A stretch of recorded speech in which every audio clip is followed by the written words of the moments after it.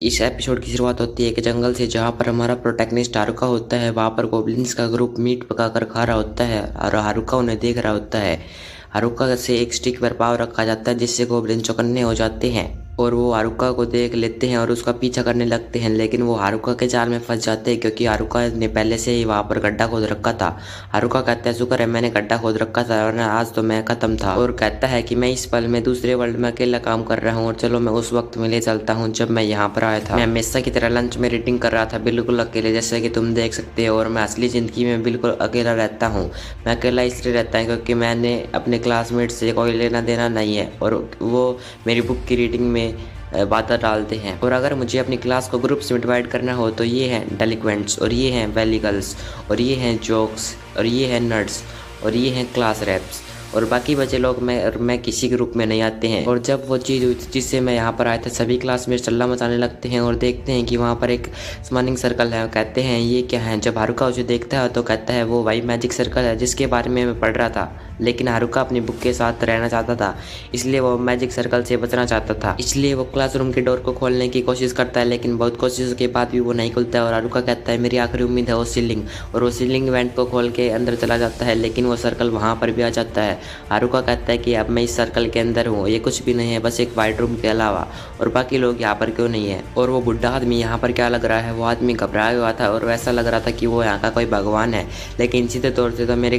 Classmate दूसरे world में जा चुके होंगे और मैं ही बचाऊंगा यहाँ पे। उसने मुझे कहा जल्दी करने के लिए और मुझे अपने इसी का स्टेट्स को भी सेट करने के लिए।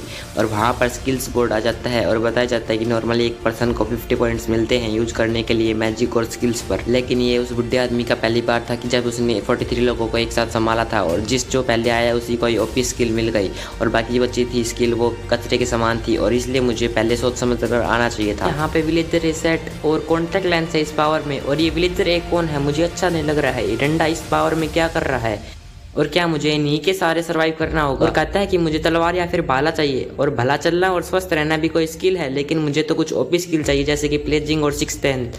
और भला ये कंपनी कम्युनिकेशन स्किल क्या करती है, क्या यहाँ पे मुझे ऑफिसर कर समझ रखा है, और ये डमी स्किल क्या है, सुनने में तो मुझे बुरा लग रहा है। और वो ओल्ड मैन के पास जाता है और कहता है ये क्या लगा रखा है, मुझे ये सारी घटिया स्किल क्यों दी है, और अच्छी स्किल तो रख सकते थे, तुम पीपल्स के नंबर के बारे में एस्टिमेट भी तो कर सकते थे, इसलिए तुम खुद को भगवान बुलाते हो, तुम्हारा दिमाग खराब तो नहीं हो गया है।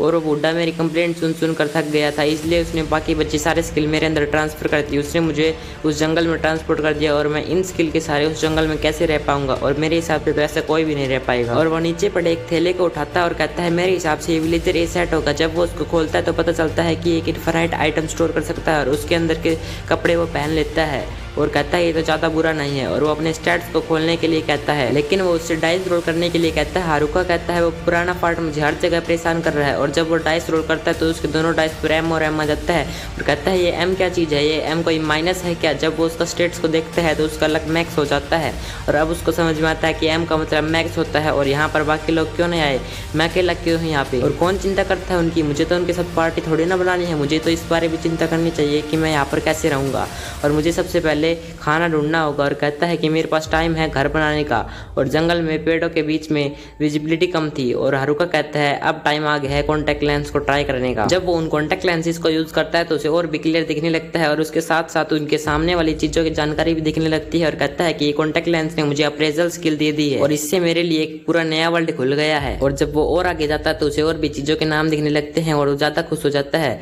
और वो कुछ एडिबल मशरूम्स को बैग में इकट्ठा कर लेता है और कहता है ये बैग तो सब कुछ स्टोर कर सकता है जो मुझे रास्ते में मिलेगा, और इसमें पहले से ही कुछ पोषण है जो मैंने मिले हैं, और ये विलेजर इस सेट को भला बुरा कहना मेरे लिए एक पछतावा है, और इससे मैं सब कुछ ढूंढ सकता हूँ। गाइस इसी के साथ इस एपिसोड का पहला पार्ट खत्म हो जाता है। अगला पार्ट आपको जल्दी ही मिलेगा, तो इसके लिए आप चैनल के साथ जुड़ सकते हैं और इस वीडियो को लाइक कर सकते हैं। धन्यवाद आपका इस वीडियो को देखने के लिए।